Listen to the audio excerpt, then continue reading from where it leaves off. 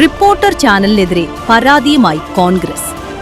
Reporter channel MD Anto അഗസ്റ്റിനെതിരെ Congress പരാതി നൽകി. ചാനലിൽ ഷാഫി പറമ്പിൽ MPക്കെതിരെ ആന്റോ നടത്തിയ വർഗീയ പരാമർശത്തിനെതിരെയാണ് പരാതി. ശബരിമല സ്വർണക്കൊള്ളക്കേസിൽ തിരുവിതാംകൂർ ദേവസ്വം ബോർഡ് മുൻ അംഗം KP ശങ്കരദാസിന് ജാമ്യം. കൊല്ലം വിജിലൻസ് കോടതിയാണ് ജാമ്യം അനുവദിച്ചത്. A. പത്മകുമാർ ദേവസ്വം ബോർഡ് ചെയർമാനായിരുന്ന സമയത്തെ ദേവസ്വം ബോർഡ് അംഗമായിരുന്നു ശങ്കരദാസ്. കേസിൽ 11ാം പ്രതിയാണ് ശങ്കരദാസ്. ജനുവരി 14-നാണ് ശങ്കരദാസിനെ SIT അറസ്റ്റ് ചെയ്തത്. കട്ടിലപ്പാലി കേസിലും ദ്വാരപാലക കേസിലും പ്രതിയായിരുന്നു ശങ്കരദാസ്.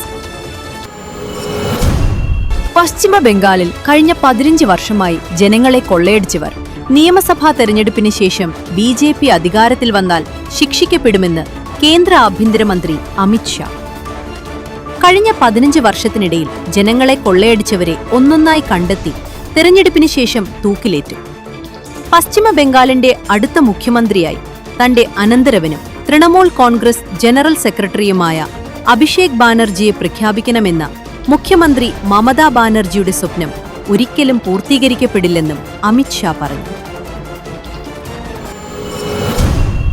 അമേരിക്കൻ പ്രസിഡന്റ് ഡൊണാൾഡ് ട്രംപിന് പോപ്പിന്റെ മറുപടി. യുദ്ധത്തിനെതിരെ ഇനിയും ശബ്ദമുയർത്തുമെന്ന് പോപ്പ് ലിയോ 14 പറഞ്ഞു.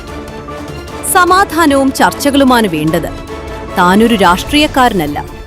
ട്രംപുമായൊരു സംവാദത്തിലേർപ്പെടാൻ താൻ ആഗ്രഹിക്കുന്നില്ലെന്നും അദ്ദേഹം വ്യക്തമാക്കി. ആന്ധ്രാപ്രദേശിലെ വിശാഖപട്ടണത്തെ പ്രാദേശിക ക്രിക്കറ്റ് ടൂർണമെന്റിനിടെ അമ്പയർ കുത്തേറ്റു മരിച്ചു. 21-കാരനായ അജിത് ബാബുവാണ് മരിച്ചത്. കളിക്കിടെ ഒരു റണ്ണൌട്ട് തീരുമാനത്തെ ചൊല്ലി 2 ടീമുകൾക്കൊപ്പം എത്തിയവർ തമ്മിൽ തർക്കമുണ്ടാകുകയും പിന്നീട് കയ്യാങ്കളിയായി അക്രമത്തിലേക്ക് എത്തുകയായിരുന്നുവെന്നാണ് NDTV റിപ്പോർട്ട് ചെയ്തിരിക്കുന്നത്. അക്രമത്തില് 2 പേർക്ക് പരിക്കേറ്റിട്ടുമുണ്ട്.